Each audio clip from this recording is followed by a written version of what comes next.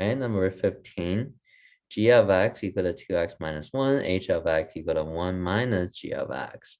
The function g and h are defined above. What's the value of h of 0? Okay, so this is a function question, and we know we're looking for h of 0. So inside the parentheses, that's the x value that we're going to plug in. Okay, so this is a function notation. So h of 0 meaning we're plugging in 0 into the h function.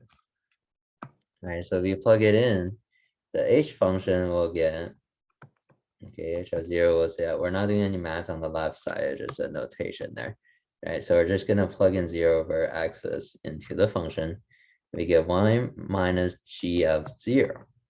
Okay, because the x happened to be right there in another function, right, g of x. So we plug in 0 there. So 1 minus g of 0.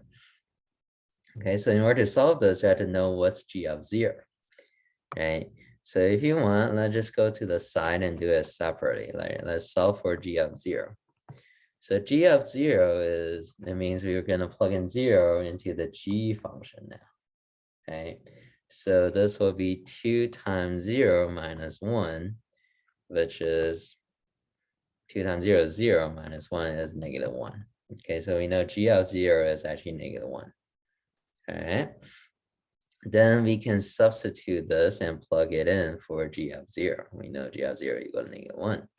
So when you plug in, I have to be very careful here, right? It's 1 minus g of 0. So g of 0 is negative 1. We do want to put it in the parentheses, right? It's 1 minus negative 1. Okay. So 1 minus a negative 1. So whatever value we get g of 0, we want to put in the parentheses here. Because here we have 1 minus a negative number. 2 negative will make it positive. So this is equal to 1 plus 1, and that's equal to 2. Okay, and so we get answer choice D for number 15. All right, so a common mistake here is that when you plug in, we forgot to put it in a parentheses, right? So if you just write it really quickly, you might think that's 1 minus 1 is 0, but that will be wrong.